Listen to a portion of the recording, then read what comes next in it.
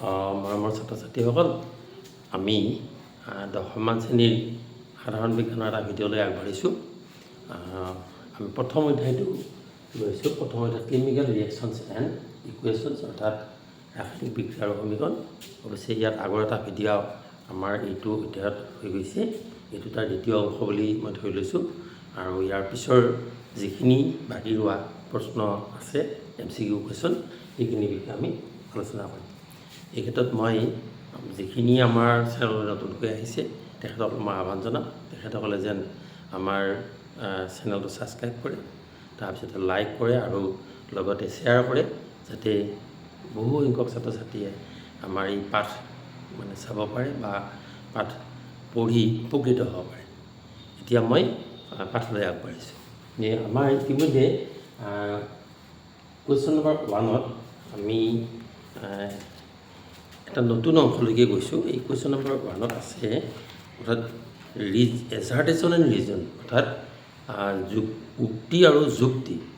অৰ্থাৎ প্ৰথমতে এটা উক্তি দিয়া হ'ব আৰু সেই উক্তিটোৰ লগত এটা যুক্তি দিয়া হ'ব। যদি যুক্তিটোৱে মানে ছাপোৰ্ট কৰে, তেতিয়াহ'লে সেই ধৰণৰ প্ৰশ্ন উত্তৰবিলাক আহিব।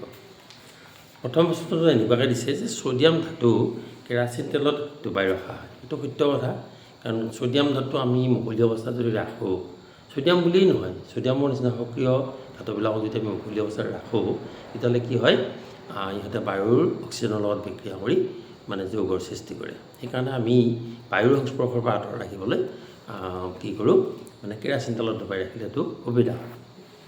এতিয়া তাৰ যুক্তিটো দিছে এনেকুৱাকৈ যে কাৰণ ধাতুপ্ৰিয় ছ'ডিয়াম বায়ুৰ সংস্পৰ্শত গলি যায়।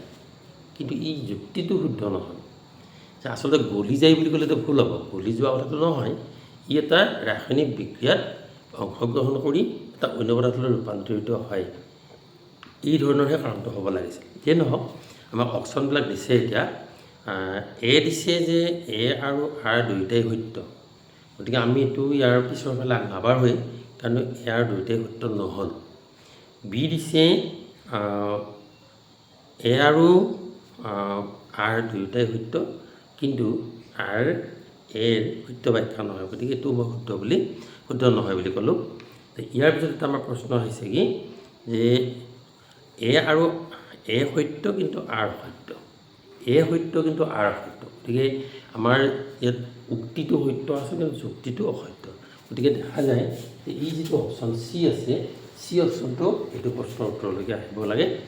আৰু এটা কথা আছে যে এ অসত্য কিন্তু আৰ সত্য বুলি কৈছে। কিন্তু আৰ যিটো সত্যই নহয়, আৰ সত্য নহয়, এও অসত্য নহয়, গতিকে এইটোও অপশ্যন শুদ্ধ নহয়। অৰ্থাৎ আমি এইটো প্ৰশ্নৰ উত্তৰ তেতিয়াহ'লে আমি পালোঁ চি অপশ্যনটো শুদ্ধ পালোঁ। ঠিকে আছে, এবাৰ 2 নম্বৰ প্ৰশ্নলৈকে যাম। 2 নম্বৰ প্ৰশ্নটো কুৱেশ্যন নম্বৰ 2 মই পঢ়ি দিছোঁ, তোমালোকে অলপ মনোযোগ দি চাবা। কুৱেশ্যন নম্বৰ 2ত আছে উক্তি বা এছাৰ্টেশ্যনটো আছে এনেকুৱা যে তামৰ সৈতে অক্সিজেনৰ বিক্ৰিয়াত তামে বিজাৰক হিচাপে কাম কৰে। হয়, তামে যেতিয়া অক্সিজেন লাভ কৰিব, নহয়নে বাৰু, তেতিয়াহ'লে তামৰ জাৰণ ঘটিছে, কিন্তু ই নিজে কি হৈ আছে, বিজাৰকৰ কাম কৰিছে। আৰু আমি ইয়াত যুক্তিটো দিছে এনেকুৱা, ৰাসায়নিক বিক্ৰিয়া এটাত অক্সিজেন লাভ কৰা পদাৰ্থটো কিন্তু বিজাৰক, তাৰ নিজৰ জাৰণ ঘটিব আৰু পদাৰ্থটোৰ নাম দিম আমি বিজাৰক। গতিকে দেখা যায় ইয়াত উক্তি আৰু যুক্তি দুয়োটাই শুদ্ধই হৈছে। এতিয়া আমি অপশ্যনবিলাক চাওঁ। এত দিছে এ আৰু আৰ দুয়োটাই সত্য, আৰ এৰ সত্য ব্যাখ্যা। গতিকে আমি এই অপশ্যনটো এতিয়া যিটো কথা লিখিলে যে এ আৰু আৰ দুয়োটাই সত্য। আৰু এটা অংশ দিছে যে আৰ পিছৰ অংশটো এনেকুৱা দিছে যে আৰ এৰ সত্য ব্যাখ্যা। আৰ এৰ সত্য ব্যাখ্যা।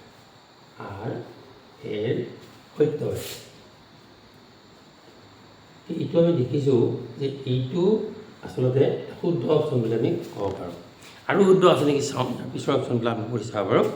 বিটো দিছে এ আৰু আৰ দুয়োটাই সত্য কিন্তু আৰ এৰ সত্য ব্যাখ্যা নহয় বুলি কৈছে, গতিকে এইটো আমি এই অপশ্যনটো শুদ্ধ বুলি ক'ব নোৱাৰিম।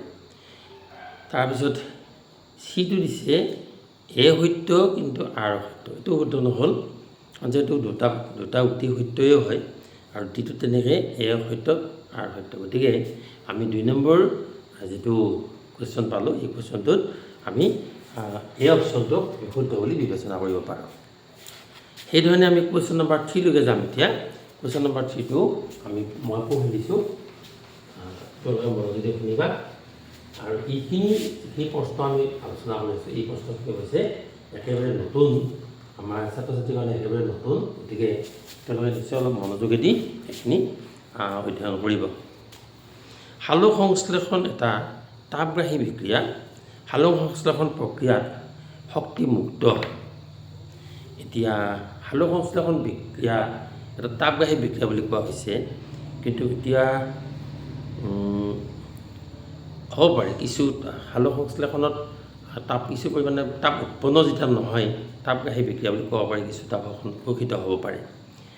আৰু তাৰ যুক্তিটো দিছে এনেকুৱা, সালোক সংশ্লেষণ বিয়াত শক্তি মুক্ত হয়, এইটো কিন্তু নহয়, শক্তি তাত ইনভলভ হয়, সোমাইহে যায়, সৌৰ শক্তিখিনি ৰাসায়নিক শক্তিলৈ ৰূপান্তৰিত হয়, তাৰ পৰা শক্তি তেনেকৈ ওলাই নাহে।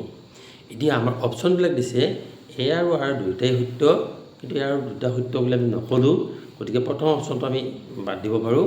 দ্বিতীয়টো দিছে এ আৰু আৰ দুয়োটাই সত্য, কিন্তু এ আৰ এৰ সত্য ব্যাখ্যা, গতিকে এইটোও নহ'ল, সত্য ব্যাখ্যা নহয় বুলি কৈছে, এইটোও নহয়।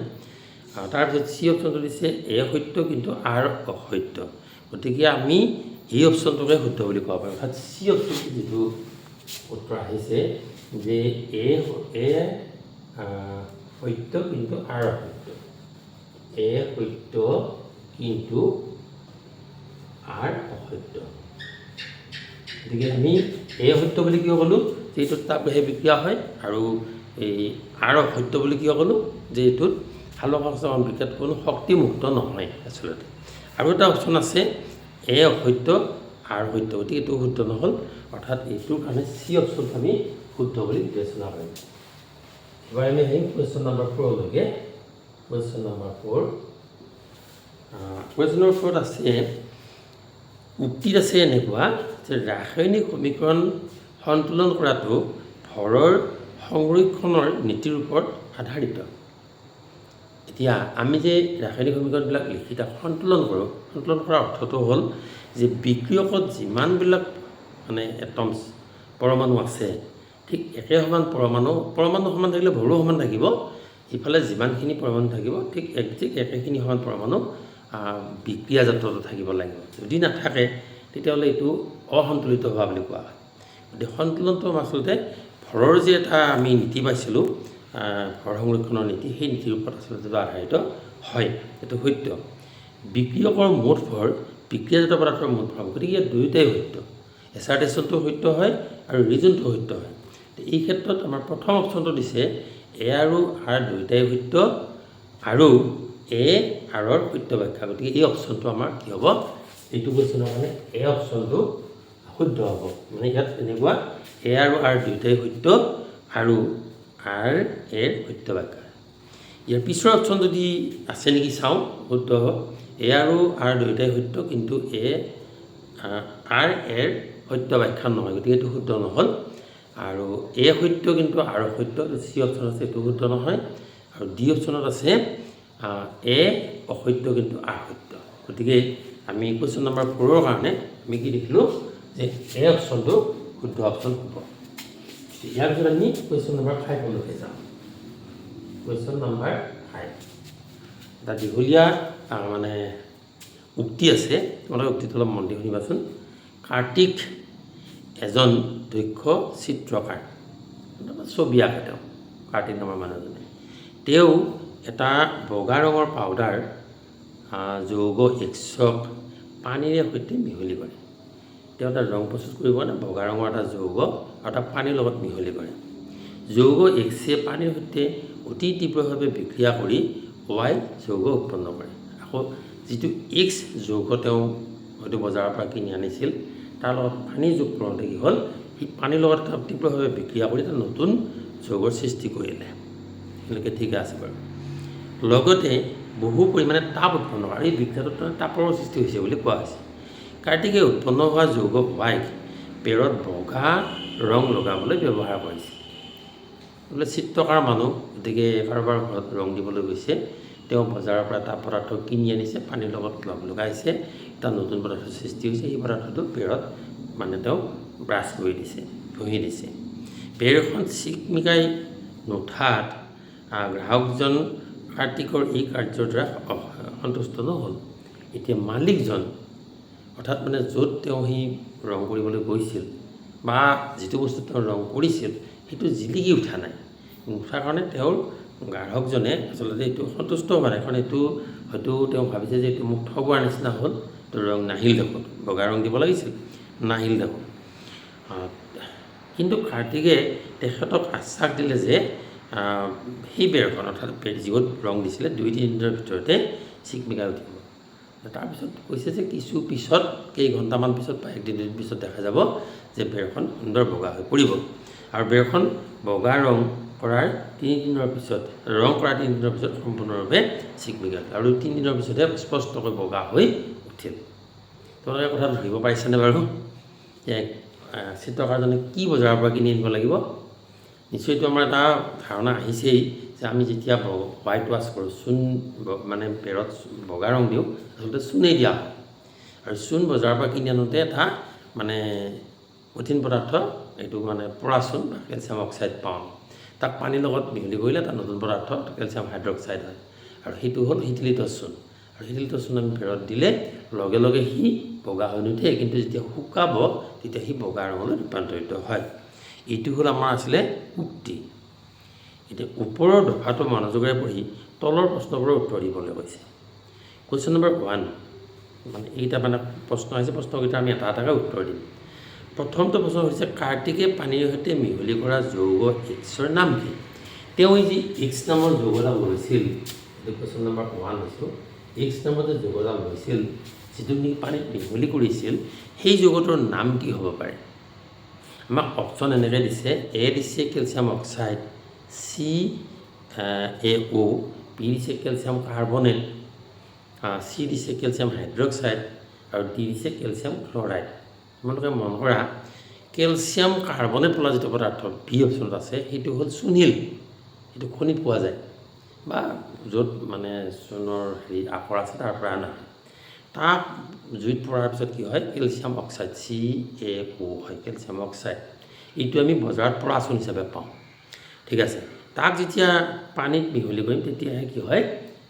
কেলছিয়াম হাইড্ৰক্সাইডলৈ ৰূপান্তৰিত। গতিকে এই ক্ষেত্ৰত আমি এইটো কুৱেশ্যনৰ কাৰণে অপশ্যন এ দিছে কেলছিয়াম অক্সাইড, CaO, এইটো কাৰেক্ট হ'ব। বাকীকেইটা অপশ্যন ইয়াৰ কাৰণে শুদ্ধ নহ'ব। এবাৰ আমি কুৱেশ্যন নম্বৰ 2 লৈকে আহোঁ আমি, কাৰণ এই উক্তিটোত কেইবাটাও মানে কুৱেশ্যন আহিছে আমাৰ। কাৰ্তিকে যৌগ এক্সক পানীৰ সৈতে মিহলি কৰাৰ পিছত লাভ কৰা ৱাই নামৰ যৌগটো, এতিয়া যে তেওঁ এক্সক পানীত মিহলি কৰোঁতে ৱাই হৈছিল, এই ৱাইৰ নামটো কি হ'ব পাৰে? আমি চাওঁ, অপশ্যন এটা দিছে calcium oxide, calcium carbonate, calcium hydroxide, calcium chloride. এতিয়া এইবাৰ কিন্তু কেলছিয়াম অক্সাইডটো আগৰবাৰ হৈছিল, এইবাৰ নহয়। এইবাৰ পানীৰ লগত মিহলি হোৱাৰ পিছত কি হ'ব? কেলছিয়াম হাইড্ৰক্সাইড হ'ব। এইটো কেলছিয়াম হাইড্ৰক্সাইড, হয়নে? কেলছিয়াম হাইড্ৰক্সাইড যিটো শীতলিত চূণ বুলি কওঁ আমি। গতিকে এইটো অপশ্যন চিটো শুদ্ধ হ'ব ইয়াতে। তাৰপিছত কুৱেশ্যন নম্বৰ 3, আৰু কুৱেশ্যন আছে। এইটো প্ৰশ্ন দিছে, কি ধৰণৰ বিক্ৰিয়াই এই ক্ষেত্ৰত সংঘটিত হৈছে? এই যে এক্স বস্তুটো কিনি আনি আমি পানীৰ লগত মিহলি কৰোঁতে ৱাই উৎপন্ন হ'ল, এইটো কি বিক্ৰিয়া হ'ব? আমি ইতিমধ্যে বিক্ৰিয়াৰ কিছুমান আগৰ ভিডিঅ'টোতে কৈছোঁ, আমি বিভিন্ন প্ৰকাৰৰ মানে কি আছে ৰাসায়নিক বিক্ৰিয়া আছে। এতিয়া কৈছে যে সংযোজন বিক্ৰিয়া হ'ব নে অপসাৰণ বিক্ৰিয়া হ'ব নে দ্বিঅপসাৰণ হ'ব নে বিযোজন হ'ব? আমি ইতিমধ্যে কৈছোঁ যে সংযোজন হ'লে কি হয়? কেইবাটাও মানে দুটা বা তাতকৈ অধিক যৌগ বা মৌলৰ লগে এটা পদাৰ্থ হ'ব লাগে, হয়নে বাৰু? এতিয়া আমি যদি চাওঁ, কেলছিয়াম অক্সাইড ইয়াৰ লগত কি হৈছে? পানী লগ, এইটো পানী লগ হৈ এটা নতুন পদাৰ্থৰ সৃষ্টি হ'ল CaOH2, কেলছিয়াম হাইড্ৰক্সাইড। এই দুটা যৌগ লগ হৈ এটা যৌগলৈ ৰূপান্তৰিত হ'ব গতিকে নিশ্চয় সংযোজন হ'ব সেইকাৰণে আমি 3 নম্বৰ প্ৰশ্নটোৰ উত্তৰত আমি অপসাৰণ দি অপসাৰণ বা বিয়োজন বাদ দি আমি এই অপশ্যনটো শুদ্ধ বুলি কৈছোঁ এই অপশ্যনটো কি আছে সংযোজন আছে সংযোজন এইটো শুদ্ধ তাৰপিছত আৰু এটা কুৱেশ্যন আছে কুৱেশ্যন নম্বৰ 4 মই এইখিনি ওপৰতো মুছি দিছোঁ কুৱেশ্যন নম্বৰ 4টোত কি আছে চাওঁ যৌগ এক্স আৰু ৱাইৰ সাধাৰণ নাম কি গতিকে আমি এক্স আৰু ৱাইৰ নাম কি বুলি ক'ম এতিয়া আমাৰ অপশ্যনত দিছে এক্স মানে হ'ল পৰাচোন ৱাই মানে হ'ল শিথিলিত চূণ এইটোৱে শুদ্ধ উত্তৰ আমি বজাৰৰ পৰা কিনি অনা চূণটোক কোৱা হয় পৰাচোন আৰু বা কেলছিয়াম অক্সাইড পৰাচোন নাম দিছে আৰু মানে ব্যৱসায়িক নাম পৰাচোন আৰু পানী দিয়াৰ পিছত কি হ'ব সি শিথিলিত চূণ হ'ব গতিকে এইটো এই অপশ্যনটো ইয়াৰ কাৰণে শুদ্ধ হ'ব এইটো শুদ্ধ হ'ল এক্স পৰাচোন আৰু ৱাই হ'ল শিথিলিত চূণ আকৌ বিটোত চাওঁ আমি এক্স শিথিলিত চূণ ৱাই পৰাচোনটো নহ'ব চিত চাওঁ X calcium carbonate B caustic soda এইটোও নহয় আৰু ডিত A caustic soda Y bleaching পাউডাৰটোও নহয় গতিকে 4 নম্বৰ কুৱেশ্যনটোৰ এনচাৰটো আমি এই অপশ্যনটো পাৰিম এই অপশ্যনত মই লিখি দিয়া নাই যদিও মই কৈ দিছোঁ মানে এক্স মানে হ'ল পৰাচোন আৰু ৱাই মানে হ'ল শিথিলিত চূণ বুলি কোৱা হৈছে ঠিক আছে আমি এই প্ৰশ্নটো অলপ দীঘলীয়া হৈছে কিন্তু তথাপিতো আমি বুজিছোঁ হয়নে বাৰু এইবাৰ আমি কুৱেশ্যন নম্বৰ 6লৈকে যাম কুৱেশ্যনবিলাক অলপ টান হৈছে নেকি বাৰু মানে এইবাৰতো আমি আগন্তুক যিটো HSLC এক্সামিনেশ্যন হ'ব তাততো আমি এনেকুৱা প্ৰশ্ন পামেই তোমালোকে ইয়াত সাজু হ'ব লাগিব এতিয়া হয়নে বাৰু এইবাৰ কুৱেশ্যন নম্বৰ 6 চোৱা লঘু ফেৰাছ ছালফেট অৰ্থাৎ মানে ফেৰাছ ছালফেটটোক অলপমান পানী মিহলি কৰি দিয়া হৈছে দ্ৰৱ এটা বিকাৰত আমলিক পাৰমাংগনেট মানে আমলিক পাৰমাংগনেট মানে অম্ল গুণধৰ্মী পটাছিয়াম পাৰমাংগনেটৰ সৈতে লাহে লাহে মিহলোৱা হ'ল দ্ৰৱটোৰ পাতল বেগুনীয়া ৰং লাহে লাহে কমি অৱশেষত নোহোৱা হৈ যায় ওপৰৰ তথ্যখিনি তলৰ কোনটো সত্য ব্যাখ্যা এই কথাখিনি আমি এবাৰ অলপ ভালকৈ আলোচনা কৰি লওঁ ফেৰাছ ছালফেটটো কি হয় যদি আমি মানে কি বুলি কওঁ মানে পানীৰ লগত যদি মিহলি কৰি দিওঁ তেতিয়া নীলা বৰণৰ মানে ক'লা চানিকে নীলা বৰণৰ এটা দ্ৰৱৰ বস্তু হয় আৰু ই যদি পাৰমাংগনেটৰ লগত ই বিক্ৰিয়া কৰে তেতিয়াহ'লে এইটো মানে ই বৰ্ণহীন ঠিক নহয় বা বৰ্ণহীন পদাৰ্থলৈ ৰূপান্তৰিত হয় কিন্তু আকৌ এতিয়া প্ৰশ্নটোত কৈছে যে আমলিক পাৰমাংগনেট বুলি কৈছে ইয়াৰো এটা উত্তৰ আছে যে আমলিক পাৰমাংগনেট বৰ অস্থিৰ যৌগ আৰু এইটো ফেৰাছ ছালফেটৰ লগত যদি লগ হয় তেতিয়াহ'লে ই ভাঙি অন্য পদাৰ্থলৈ ৰূপান্তৰিত হয় আৰু আমলিক পাৰমাংগনেটৰ বৰণটো হ'ল পাতল বেগুনীয়া বৰণ বেগুনীয়া বৰণটো লাহে লাহে নাইকিয়া হয় এতিয়া ইয়াৰ অপশ্যনবিলাক কি দিছে আমি চাওঁ যে পাৰমাংগনেট এটা জাৰক পদাৰ্থ আৰু ই ফেৰাছ ছালফেট জাৰিত কৰে এইটো হয় নেকি বি ফেৰাছ ছালফেট জাৰক পদাৰ্থ আৰু ই পটাছিয়াম পাৰমাংগনেটত জাৰিত কৰে এইটো হয় নেকি গোলপীয়া বৰণ নোহোৱা হোৱাৰ কাৰণ হ'ল যে দ্ৰৱটো লঘুকৰণ আৰু ইয়াত কোনো ধৰণৰ বিক্ৰিয়া সংঘটিত হোৱা নাই এইটোও নহয় পাৰমাংগনেট এটা অস্থিৰ যৌগ ই ফেৰাছ ছালফেটৰ উপস্থিতিত এবিধ বৰ্ণহীন যৌগলৈ ৰূপান্তৰিত গতিকে এইটো শুদ্ধ অপশ্যন হ'ব যে পাৰমাংগনেটটো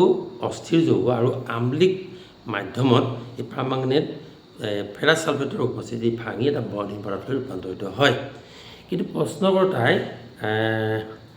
অলপমান এটা ইয়াত মানে এই প্ৰশ্নটো এটা অলপ পাজল আছে যে ইয়াৰ যে প্ৰথম অপশ্যনটো পাৰমাংগনেট এটা জাৰক পদাৰ্থ ই সেইটোও হয় মানে পাৰমাংগনেট জাৰক পদাৰ্থ হিচাপে ই ফেৰাছ ছালফেটক জাৰিত কৰি ফেৰিক ছালফেটলৈ ৰূপান্তৰিত কৰে ফেৰিক ছালফেটৰ কিন্তু বৰণ নাই গতিকে এতিয়া আমাৰ কুৱেশ্যনটো যদি ভালকৈ পৰ্যবেক্ষণ কৰোঁ তেতিয়াহ'লে আমি ডি অপশ্যনটো শুদ্ধ বুলি ক'ব লাগিব বুজিছেনে ডি অপশ্যনটো এইকাৰণে শুদ্ধ বুলি কৈছোঁ যে আমলিক পাৰমাংগনেট এই ডিটো সেইটো আছে যে আমলিক পাৰমাংগনেট যদি আমলিক পাৰমাংগনেট কি হয় অস্থিৰ যৌগ হিচাপে ই ভাঙি যায় আৰু পাৰমাংগনেটৰ বেগুনীয়া ৰংটো নাইকিয়া হয় আমাৰ প্ৰশ্নত বেগুনীয়া ৰংটো নাইকিয়া হোৱাৰ কথা কৈছে গতিকে এই ক্ষেত্ৰত আমি ডি অপশ্যনটো শুদ্ধ বুলি ক'ম ডি অপশ্যনটো মানে যিটো লিখা আছে মই মাতি দিছোঁ যে পটাছিয়াম পাৰমাংগনেট এবিধ অস্থিৰ যৌগ আৰু ই ফেৰাছ ছালফেটৰ উপস্থিতিত এবিধ বৰ্ণহীন যৌগলৈ সলনি হয়।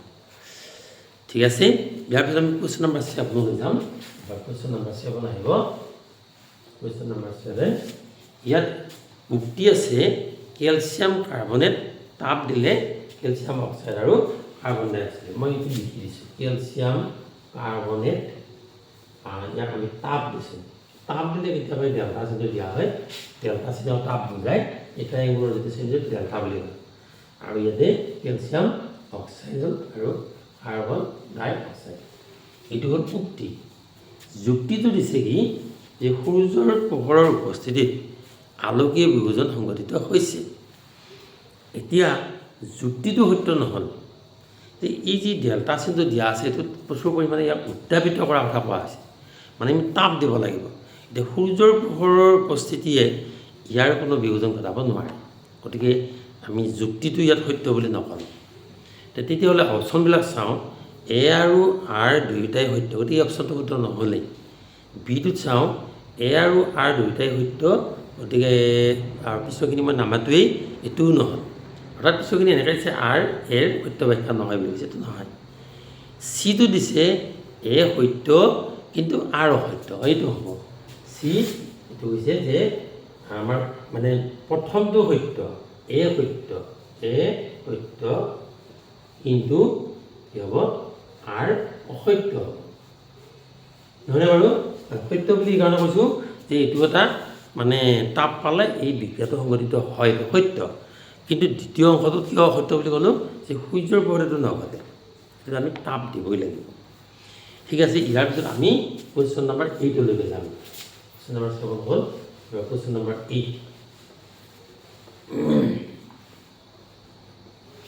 প্ৰশ্ন মই পঢ়ি দিছোঁ, চৰ্বি আৰু তেলজাতীয় খাদ্যবস্তু নাইট্ৰজেনৰ পৰিৱেশত পেকেটত ভৰোৱা হয়, ইয়াৰ কাৰণ আমি আগৰ ভিডিঅ'টোত এইটো বিষয়ে আলোচনা কৰিছোঁ যে চৰ্বি বা তেলজাতীয় পদাৰ্থ যদি অক্সিজেনৰ প্ৰভাৱত পৰে বা অক্সিজেনৰ মানে মাধ্যমত থাকে, তেতিয়াহ'লে ই কি হয় লাহে লাহে এইটো জাৰণ ঘটে আৰু মানে দুৰ্গন্ধিতাৰ সৃষ্টি হয়, ৰেঞ্চিডিটি হয়। সেইকাৰণে কি কৰা হয়, নাইট্ৰজেনৰ পকেটত নাইট্ৰজেন ভৰাই ৰাখিব লাগে পেকেটৰ ভিতৰত। এতিয়া অপশ্যন দিয়ে কি দিছে চাওঁ, খাদ্যবস্তুৰ দুৰ্গন্ধি ৰোধ কৰিবলৈ, খাদ্যৰ সোৱাদ সংৰক্ষণ কৰিবলৈ, খাদ্যবস্তুৰ ভৰেকে ৰাখিবলৈ, খাদ্যবস্তুৰ সোৱাদ উন্নত কৰিবলৈ। গতিকে বাকীকেইটা আমি শুদ্ধ বুলি নক'লোঁ, আৰু এই অপশ্যনটো শুদ্ধ হ'ব ইয়াতে, খাদ্যবস্তুৰ দুৰ্গন্ধি ৰোধ কৰিবলৈ, অৰ্থাৎ যাতে অক্সিডেশ্যন নহয় সেই দুৰ্গন্ধিতা বা ৰেঞ্চিডিটি ৰোধ কৰিবলৈ আমি নাইট্ৰজেনৰ ব্যৱহাৰ কৰোঁ। এই ক্ষেত্ৰত এই অপশ্যনটো কি হ'ব ইয়াতে কাৰেক্ট হ'ব। মই অপশ্যনটো লিখি দিয়া নাই, যিটো কৈ দিছোঁ যে খাদ্যবস্তুৰ দুৰ্গন্ধি ৰোধ কৰিবলৈ। আৰু তোমালোকে এই প্ৰশ্নখিনি পাবাই, মই আমাৰ ভিডিঅ'টোৰ পিন কমেণ্টত দি দিম, তোমালোকে নিশ্চয় ডাউনলোড কৰি লৈ প্ৰশ্নখিনি উলিয়াই লৈ উত্তৰবিলাক অলপ চাবা। এইবাৰ আমি কুৱেশ্যন নম্বৰ 9লৈকে। কুৱেশ্যন নম্বৰ 9 প্ৰশ্ন হৈছে, কি ঘটিব যেতিয়া ক্লৰিনযুক্ত পানী পটেছিয়াম আয়ডাইড দ্ৰৱৰ সৈতে মিহলি কৰা হয়? আমি বিজ্ঞানত যদি লিখি চাওঁ, মানে ক্লৰিনযুক্ত পানী অৰ্থাৎ পানীৰ মাধ্যমত পটেছিয়াম আয়ডাইড আৰু ক্লৰিন গেছ যদি আমি ৰাসায়নিক বিজ্ঞান অংশগ্ৰহণ কৰিবলৈ দিওঁ, ক্লৰিন Cl2 হ'ব, তেতিয়া কি হ'ব জানে, পটেছিয়াম ক্লৰাইড হ'ব, KCl হ'ব, পটেছিয়াম ক্লৰাইড, আৰু কি হ'ব আয়ডিন মুক্ত হ'ব ইয়াৰ পৰা। গতিকে আয়ডিন মুক্ত হ'বলৈ হ'লে আমি ইয়াত এটা 2 দিব লাগিব, ইয়াত এটা 2 দিব লাগিব। এইটো মই মানে ইয়াৰ বাক্যটোৰ যিটো ৰাসায়নিক সমীকৰণ হ'ব মই লিখি দিছোঁ। এতিয়া ইয়াৰ অপশ্যনবিলাক কি দিছে চাবা, মানে I2 একুৱা উৎপন্ন হ'ব, এইটো এটা হ'ব পাৰে নেকি। বি বগা ৰঙৰ O3 আয়ন উৎপন্ন হ'ব, বা পটেছিয়াম হাইড্ৰক্সাইড উৎপন্ন হ'ব, আৰু হাইড্ৰক্লৰিক এচিড বুলি নক'লেও হাইড্ৰজেন ক্লৰাইড গেছ উৎপন্ন হ'ব বুলি কৈছে। গতিকে প্ৰথম অপশ্যনটোৱে শুদ্ধ হ'ব, কাৰণ ইয়াতে আয়ডিন পোৱা যাব। আমাৰ মানে অপশ্যনটো দিছে যে আয়ডিন ওলাই আহিব বুলি কৈছে, গতিকে এইটো শুদ্ধ হ'ব, আয়ডিনৰ বাষ্প ওলাব, এইটো শুদ্ধ হ'ব। বাষ্প কোৱা নাই, একুৱা আয়ডিন তো একুয়া বুলি কৈছে দেই AQ একুয়া মানে কি জলীয় উৎপন্ন হ'ব দেই এইটো শুদ্ধ হ'ব আৰু বিক্ৰিয়াটোও গৈ আছে এইটো ওলাব এইটো পদাৰ্থ ওলাব ইয়াৰ পৰা বাকীকেইটা অপশ্যন শুদ্ধ নহ'ল এইবাৰ আমি 10 নম্বৰলৈকে যাম কুৱেশ্যন নম্বৰ 3 কুৱেশ্যন নম্বৰ 3টো পঢ়ি দিম শুনি ল'বা তোমালোকে কুৱেশ্যন নম্বৰ 3 প্ৰশ্নটো আছে এনেকুৱা যে জ্বলি থকা মমবাতিৰ শিখাৰ সংস্পৰ্শত কাৰ্বন ডাই অক্সাইড গেছ আহিলে ই ফটফটকৈ জ্বলি উঠে কথাষাৰ সত্য কথাষাৰ অসত্য মানে এ অপশ্যনটো সত্য দিছে বি অপশ্যনটো অসত্য দিছে চি অপশ্যনটো থিৰাংকৈ ক'ব নোৱাৰি বুলি কৈছে আৰু ডি অংশটো আংশিকভাৱে সত্য আংশিকভাৱে অসত্য বুলি কৈছে এইটো নহয় আমি বি অপশ্যনটোকে সত্য ক'ম যে আচলতে এইটো কাৰ্বন ডাই অক্সাইড যে আমি তাৰ সংস্পৰ্শলৈ আহে বেছি কাৰ্বন ডাই অক্সাইড পৰিলে মমবাতিৰ কাৰণ কি হ'ব নমাই যাব গতিকে ফটফটকৈ জ্বলি উঠাৰ প্ৰশ্নই নাহে গতিকে এইটো অসত্য হ'ব অৰ্থাৎ বি অপশ্যন ইয়াতে হ'ব অসত্য হ'ব অসত্য এইটো লিখিব লাগিব অসত্য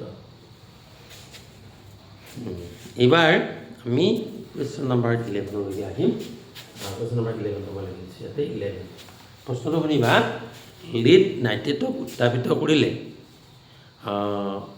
X গেছৰ মুগা বৰণীয়া ধোঁৱা উৎপন্ন হয় আৰু তলৰ বিকল্পসমূহৰ পৰা Xক বাছি উলিওৱা লেড অক্সাইড হ'ব অক্সিজেন হ'ব নাইট্ৰজেন ডাই অক্সাইড হ'ব ডাই নাইট্ৰজেন অক্সাইড হ'ব আচলতে নাইট্ৰজেন ডাই অক্সাইড নামৰ যিটো পদাৰ্থ হ'বগৈ মানে আচলতে নাইট্ৰজেন ডাই অক্সাইড হয় ইয়াৰ অলপ বৰণটো মানে মুগা বৰণীয়া ধোঁৱা উৎপন্ন হয় গতিকে ইয়াতে কি হ'ব চি অপশ্যনটো শুদ্ধ হ'ব চি অপশ্যনটো কি হ'ব নাইট্ৰজেন ডাই অক্সাইড নাইট্ৰজেন ডাই অক্সাইড কিয় হ'ল এইটো মানে ইয়াৰ সামান্য পৰিমাণৰ মুগা বৰণৰ তাৰ কালাৰ আছে তাৰমানে ধোঁৱাৰ দৰে মুগা বৰণৰ কালাৰ হয় সেইকাৰণে এইবাৰ আমি 12 নম্বৰটো চাম তামৰ দণ্ড এডাল আইৰণ ছালফেটৰ দ্ৰৱত ডুবালে কি ঘটিব মই এতিয়া মুচি দি কুৱেশ্যন নম্বৰ 12টো 12লৈকে আহিছোঁ এডাল তামৰ দণ্ড লৈছোঁ লৈ উঠি আইৰণ ছালফেট মানে ফেৰাছ ছালফেট অৰ্থাৎ মই সংখ্যাটো লিখি দিছোঁ তাম হ'লে CU হ'ব নেকি কপাৰ আৰু এইটো কি হ'ব আইৰণ এইটো লোহা আইৰণ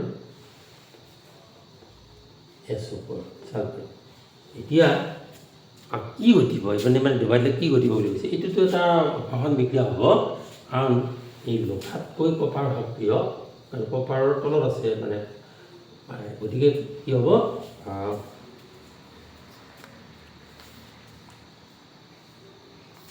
এতিয়া কপাৰে ইয়াতে কৈছে কপাৰে মোৰ অলপমান কওঁতে ভুল হৈছে আচলতে কপাৰ অসক্ৰিয় ধাতু আৰু লোহা বেছি সক্ৰিয় ধাতু হয় গতিকে আমি অপশ্যনকেইটা চাই লওঁ কপাৰে লোক অপসাৰিত কৰিব এইটো আচলতে নকৰিব কপাৰে মানে লো অপসাৰণ কৰিব নোৱাৰে আচলতে লোৱেহে কপাৰক অপসাৰণ কৰিব পাৰে তাৰপিছত 2 নম্বৰ নীলা বৰণীয়া কপাৰ ছালফেট দ্ৰৱ পোৱা যাব এইটো শুদ্ধ নহ'ল বিক্ৰিয়াটো তাপবৰ্জি হ'ব এইটোও শুদ্ধ নহয় আৰু কোনো ধৰণৰ বিক্ৰিয়া সংঘটিত নহয় এতিয়া আমি এ ল'ম 1 আৰু 2 কোনো ধৰণৰ বিক্ৰিয়া সংঘটিত নহয় এইটো এটা অপশ্যন দিছে আমাক অপশ্যনবিলাক দিছে প্ৰথমতে দিছে 1 আৰু 2 সত্য এইটো নহয়েই 1 2 3 সত্য এইটোও নহয় কেৱল 1 সত্য এইটোও নহয় ডি কেৱল 4 নম্বৰটো সত্য এইটো কিন্তু হয় কাৰণ ইয়াত বিক্ৰিয়া নহ'ব এইটোত কোনো ধৰণৰ বিক্ৰিয়া আমি বিক্ৰিয়া যাতে নাপাম তাৰমানে গতিকে ইয়াত 4 নম্বৰ অপশ্যনটোহে তো ইয়াত মানে কি নহয় কোনো বিক্ৰিয়া নহয় এইটো হ'ব এইটো সত্য হ'ব কোনো বিক্ৰিয়া নহ'ব ইয়াতে এনেকুৱা এবাৰ আমি আহিছোঁ কুৱেশ্যন নম্বৰ 13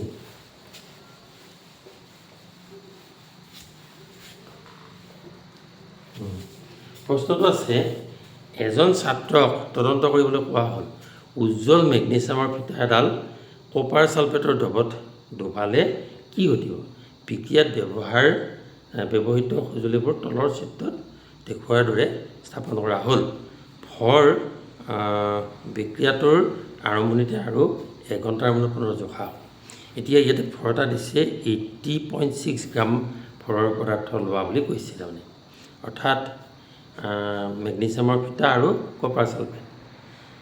এতিয়া আমাক এই বিক্ৰিয়াটো ঘটিব, ঘটাৰ পিছত কি হ'ব সুধিছে।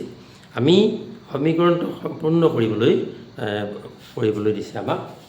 কুৱেশ্যন নম্বৰ 1 দিছে এনেকুৱা, সমীকৰণটো সম্পূৰ্ণ কৰা মেগনেছিয়াম প্লাছ কি হ'ব কপাৰ ছালফেট, এইটো কি হ'ব সুধিছে। আমাৰ দুটা খালী ঠাই দিছে। এতিয়া আমি দেখিছোঁ যে মেগনেছিয়ামটো কপাৰতকৈ কিন্তু শক্তি হয়, গতিকে ই নিশ্চয় মানে মেগনেছিয়াম কপাৰ অপসাৰণ কৰিব, অৰ্থাৎ মেগনেছিয়াম ছালফেট হ'ব আৰু কি হ'ব কপাৰ মুক্ত হ'ব। গতিকে আমি খালী ঠাইটো এই পিছৰ যিটো খালী ঠাই আছিলে আমি এনেকৈ ফিল আপ কৰিব পাৰিম। ইয়াত এটা খালী ঠাই দিছে আৰু দিছে অপশ্যন। আমি প্ৰথম অপশ্যন এই অপশ্যনটোত মানে এইটো আছে, এই অপশ্যন আছে আৰু বি চি এনেকৈ আছে। বিটো মই মাতি দিছোঁ, বি দিছে মেগনেছিয়াম ছালফেট আৰু কপাৰ অক্সাইড, এইটো নহয়। চি দিছে মেগনেছিয়াম অক্সাইড আৰু কপাৰ, এইটোও নহয়। আৰু ডি দিছে মেগনেছিয়াম ছালফেট আৰু কপাৰ অক্সাইড, এইটোও নহয়। গতিকে আমাৰ এইটো শুদ্ধ হ'ব, এই অপশ্যনটো ইয়াতে শুদ্ধ হ'ব বুলি আমি ক'ব পাৰিম। আৰু এঘণ্টাৰ পিছত আৰু এটা প্ৰশ্ন আছে, ৰ'বা 2 নম্বৰ কুৱেশ্যনটো আছে। ইয়াৰে মানে 1 নম্বৰ কুৱেশ্যনটো হ'ল আৰু 2 নম্বৰত আছে এনেকুৱা, 2 নম্বৰত আছে কি যে তলত দিয়াসমূহৰ পৰা বিক্ৰিয়াৰ নাম বাছি ওলাই। এই বিক্ৰিয়াটো হ'ল, এই বিক্ৰিয়াটো আমি দহন বিক্ৰিয়া ক'ম নে অপসৰণ বিক্ৰিয়া ক'ম নে ক্ষয়ীভৱন ক'ম নে বিদ্যুৎ বিশ্লেষণ ক'ম। এতিয়া ইতিমধ্যে আমি বাৰম্বাৰে অপসৰণ বিক্ৰিয়াৰ বিষয়ে আলোচনা কৰিয়ে আহিছোঁ যে যদি কম সক্ৰিয় ধাতুৰ লৱণক আমি বেছি সক্ৰিয় ধাতু যদি তাত দিওঁ, তেতিয়া বেছি সক্ৰিয় ধাতুৰে কি হয় এই ধাতুটো অপসাৰিত হয়, এইটো অপসৰণ বিক্ৰিয়া বুলি কোৱা হয়। গতিকে আমি 2 নম্বৰত বি অপশ্যনটো উত্তৰ দিম, অপসৰণ বিক্ৰিয়া। আৰু এটা প্ৰশ্ন আছে 3 নম্বৰ আছে। 3 নম্বৰ প্ৰশ্ন সুধিছে এঘণ্টাৰ পিছত বিকাৰ আৰু তাত থকা দ্ৰৱটোৰ ভৰ কিমান হ'ব। আচলতে আমাৰ গোটেইখিনি বস্তু প্ৰথম লওঁতে ভৰ ইয়াত দিছিল 80.6 গ্ৰাম বুলি দিছিল। এতিয়া অপশ্যন দিছে এ 80.6 গ্ৰামতকৈ অধিক, 80.6 গ্ৰামৰ সমান, 80.6 গ্ৰামতকৈ কম, ওপৰ এটাও নহয়। গতিকে যিহেতু ইয়াত মানে ভৰৰ সংৰক্ষণ সূত্ৰ ইয়াত প্ৰযোজ্য হয়, গতিকে ইয়াত ভৰৰ কোনো পৰিৱৰ্তন নহ'ব আৰু ইয়াৰ পৰা কোনো গেছীয় পদাৰ্থ ওলাই যোৱা নাই। গতিকে আমাৰ ভৰটো একেই সমানে থাকিব, অৰ্থাৎ বি অপশ্যনটোত আছে 80.6 গ্ৰাম, এইটোৱেই থাকিব, এইটো শুদ্ধ হ'ব। বাকীকেইটা অপশ্যন ইয়াতে শুদ্ধ নহ'ব। আৰু দিছে 4 নম্বৰটোত তলৰ সমীকৰণটো সন্তুলন কৰা। এতিয়া আমাক এটা সমীকৰণ দিছে, আমি সন্তুলন কৰিবলৈ কৈছে। এইটো হৈছে আগৰ প্ৰশ্নটোৰ 13 নম্বৰ প্ৰশ্নৰে 4 নম্বৰ হয়, কিন্তু ইয়াৰ আগৰখিনিৰ লগত ইয়াৰ মিল নাই। মই লিখি দিছোঁ, এইটো সন্তুলন কৰিবলৈ কৈছে। তোমালোকে ইতিমধ্যে বিক্ৰিয়া সন্তুলন কৰাটো পাই আহিছা। আমি চাম ইয়াত এটা বিক্ৰিয়া দিছে ZN plus silver nitrate AgNO3, এইটো NO3 দিছে চিলভাৰ নাইট্ৰেট। আৰু এইটোৰ বিক্ৰিয়াটো গৈ এনেকুৱাকৈ হ'ব বুলি কৈছে, জিংক নাইট্ৰেট হ'ব ZnNO3(2). সেইটো মানে কি কথা কি হয় জানে, জিংকৰ যোজনা হৈছিল আৰু লগত কি হ'ব Ag। এতিয়া এইটো সন্তুলন হোৱা নাই, কিন্তু ইয়াত কেইবাটাও অপশ্যন আছে। আমি আকৌ সন্তুলনটো কৰি লওঁ, মানে জিংক ইয়াতে এটা আছে, ইয়াতো জিংক এটা আছে, Ag ইয়াত এটা আছে, ইয়াতো Ag এটা আছে, কিন্তু নাইট্ৰেট কেইটা আছে, দুটা আহিব, মানে দুটা আহিলে আমি ইয়াতে 2 দিলে নাইট্ৰেট দুটা হ'ব, যদি Ag কি হ'ল আমাৰ দুটা হ'ল, গতিকে আমি Ag ইয়াতে 2 দিম। এইটো অপশ্যন য'ত আছে সেইটোৱে শুদ্ধ হ'ব। এতিয়া মই অপশ্যনকেইটা মাতি দিছোঁ। এই অপশ্যনত তেনেকৈ দিছে Zn প্লাছ টুৱাইচ AgNO3, কাৰ্চিনৰ পিছত ZnNO3(2) প্লাছ টুৱাইচ Ag। গতিকে এইটো অপশ্যন এই অপশ্যন আছে, এইটো কাৰেক্ট এনচাৰ, এইটো শুদ্ধ হ'ব। আৰু দিছে Zn প্লাছ থ্ৰাইচ AgNO3, থ্ৰাইচ নহয়েই, এইটো শুদ্ধ হ'ব। চি দিছে Zn twice AgNO3, ZnNO3 plus Ag দিছে, ইয়াত 2 আহিব লাগিছিল, এইটোও নহয়। আৰু শেষত দিছে ডি অপশ্যনটো টুৱাইচ জেডেন হ'ব নালাগে, টুৱাইচ নাহিবই জেডেনত, গতিকে এইটো শুদ্ধ নহয়। অৰ্থাৎ আমাৰ এই প্ৰশ্নটোৰ কাৰণে আমাৰ কি হ'ব, এইটো শুদ্ধ উত্তৰ হ'ব 13 নম্বৰটো। 4 নম্বৰ 13ৰ শুদ্ধ। ইয়াৰ পিছত মই 14 নম্বৰ প্ৰশ্ন যাম।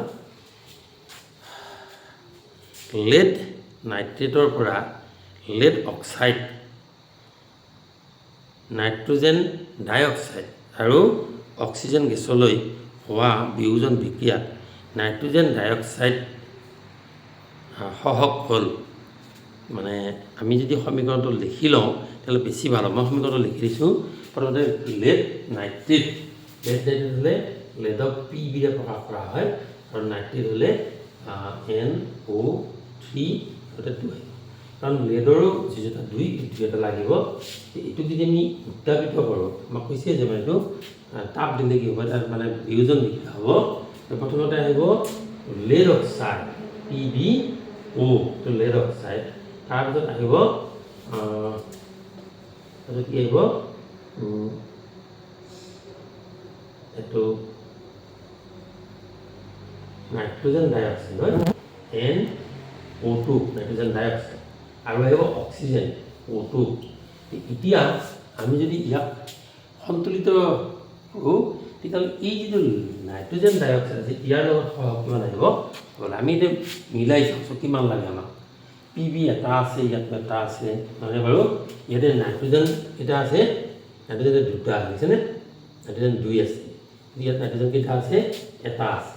গতিকে আৰু অক্সিজেন কেইটা আছে, দুটা আছে, ইয়াত কেইটা আছে, ইয়াতে 3 আৰু 2 অক্সিজেন 6টা আছে, নহয় জানো? আমি যদি ইয়াতে 2 দিওঁ, ইয়াতে 2 এটা দিলোঁ, দিলে কি হ'ব, এই নাইট্ৰজেন অক্সিজেন কেইটা হ'ব, দুটা হ'ব, 4টা 6টা, এই 6টা মিলি যাব। এটা বেছি থাকিব নেকি এইটো, গতিকে এইটো চাই লওঁ। 3 2 এইটো 4 দিলে, এইটো O2 দিলে, 4 নাইট্ৰজেন, নাইট্ৰজেন 4 দিলে,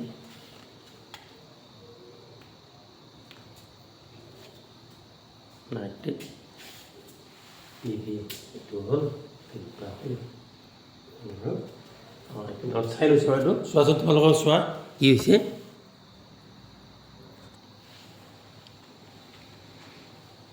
এতিয়া মন কৰা, আচলতে আমি সন্তুলিত কৰোঁতে এই অক্সিজেনটো আমি মিলালে বেছি ভাল হ'ব। অক্সিজেন ইয়াতে 3টা আছে, 3 গুণ 6টা আছে, গতিকে ইয়াতে কি হয় 2 দিয়ে 4 4 5টা, গতিকে অমিল আছে। এই ক্ষেত্ৰত আমি কি কৰিম জানে, আমি যদি ইয়াতে 2 দি লওঁ তেতিয়াহ'লে আমাৰ মিলাবলৈ সহজ হ'ব। 2 দিলে কি হ'ব, আমাৰ লেড দুটা হ'ব, ইয়াতো আমি লেড দুটা কৰি ল'লোঁ, হ'লনে? এতিয়া যেতিয়া দুটা হ'ল, এতিয়া নাইট্ৰজেন কেইটা হ'ল বাৰু চোৱা, 2 নাইট্ৰজেন 2 দুগুণ 4টা, আমি নাইট্ৰজেন আমি 4টা কৰি দিব লাগিব। তেতিয়াহ'লে আমাৰ এতিয়া চাওঁ লেড দুটা হ'ল, ইয়াতে লেড দুটা হ'ল, নাইট্ৰজেন এতিয়া কিমান, 2টা 2 দুগুণ 4টা, নাইট্ৰজেন 4টা হ'ল, মিলি গ'ল। অক্সিজেন কেইটা হ'ল, 3 দুগুণ 6, 6 দুগুণ 12টা অক্সিজেন হ'ল। ইফালে এই অক্সিজেন এটা দুটা হ'ল, ইয়াতে 8টা অক্সিজেন হ'ল, আৰু ইয়াতে কেইটা হ'ল, 2টা অক্সিজেন। গতিকে 8 দিয়ে 2 দিয়ে 12টি অক্সিজেনটো মিলি গ'ল। তেতিয়াহ'লে আমাক সুধিছিল যে ই সহভাগ, অৰ্থাৎ নাইট্ৰজেন ডাই অক্সাইডৰ সহভাগ কোনে কৈছে, এইটো 4 সহভাগ কৈছে। এতিয়া আমাৰ ইয়াতে অপশ্যনবিলাক দিছে যে এ অপশ্যন দিছে 1, বি অপশ্যন দিছে 2, চি অপশ্যন দিছে 3, আৰু ডি অপশ্যন দিছে 4। গতিকে আমি এইটোৰ কাৰণে ডি অপশ্যনটো শুদ্ধ কৰিম, অৰ্থাৎ 4 মানে নাইট্ৰজেন ডাই অক্সাইডৰ সহগ কি হ'ব, 4 হ'ব লাগিব, এনেকুৱা। ঠিক আছে, এতিয়া আমি আৰু এটা কুৱেশ্যন আছে, 15 নম্বৰ কুৱেশ্যনটো লৈ চাম। 15 নম্বৰ কুৱেশ্যন, 15 নম্বৰ কুৱেশ্যন মই লৈছোঁ। কুৱেশ্যন নম্বৰ 15, প্ৰশ্নটো আমি পঢ়ি লৈছোঁ যে তলৰ ৰাসায়নিক বিক্ৰিয়াটোৰ বাবে কোনটো উক্তি সত্য। মই বিক্ৰিয়াটো আগতে লিখি দিছোঁ, চাবা বাৰু। 5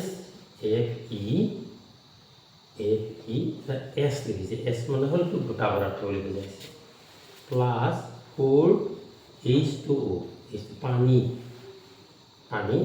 এতিয়া আমাৰ হৈছে কি Fe3O4, ফেৰ'ছালফিউৰিক অক্সাইড, Fe3O4 আমি যে মামৰ বুলি কওঁ, আৰু লগতে +4H2 হাইড্ৰজেনটো জি দিছে মানে গেছ দিছে আৰু এইটো এছ বুলি দিছে এইটো এছ দিয়া আছে চলিড পদাৰ্থ আৰু এইটোতো লিকুইড হয়েই আৰু পানী এই বিক্ৰিয়াটো সন্তুলিত বিক্ৰিয়া দিয়া আছে এতিয়া আমাক কৈছে যে ইয়াতে নাম্বাৰ 1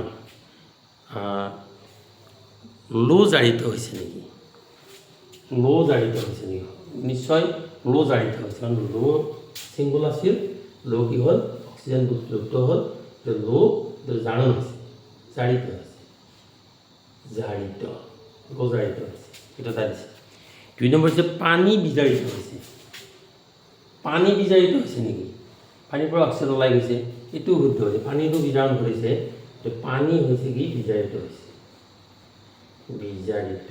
হৈছে এইটো এটা তাৰপিছত এটা আৰু দিছে যে পানী বিজাৰক হিচাপে কাম কৰিছে পানী বিজাৰক নহয় পানী যদি বিজাৰিত হয় যোনে বিজাৰিত হয় সি জাৰকৰ কাম কৰে আৰু যোনে জাৰিত হয় সি বিজাৰকৰ কাম কৰে এইটো শুদ্ধ নহ'ব এইটো আৰু এইটো কি 4 নম্বৰটো আছে পানী জাৰক হিচাপে কাম কৰিছে নেকি পানীয়ে জাৰক হিচাপে কাম কৰিছেনে যে ই নিজে কি হৈছে বিজাৰিত হৈছে গতিকে ই জাৰক হিচাপে কাম কৰিছে এইটো সত্য হ'ব গতিকে আমি 3টা সত্য পালোঁ তেতিয়াহ'লে আমাৰ অপশ্যনবিলাক দিছে এ দিছে 1 2 আৰু 3 সত্য এইটো নহ'ল 1 3টো সত্য নহয় গতিকে এইটো অপশ্যন শুদ্ধ নহ'ব বি দিছে 1 2 আৰু 4 সত্য বুলি দিছে 4টো যদি সত্য হয় 2টো সত্য হয় বাৰু ইয়াতে হৈছে আৰু এটা সত্য থাকি গ'ল তো 1 2 4 সত্য বুলি দিছে চিটো দিছে 1 2 এইটো আছে 1 2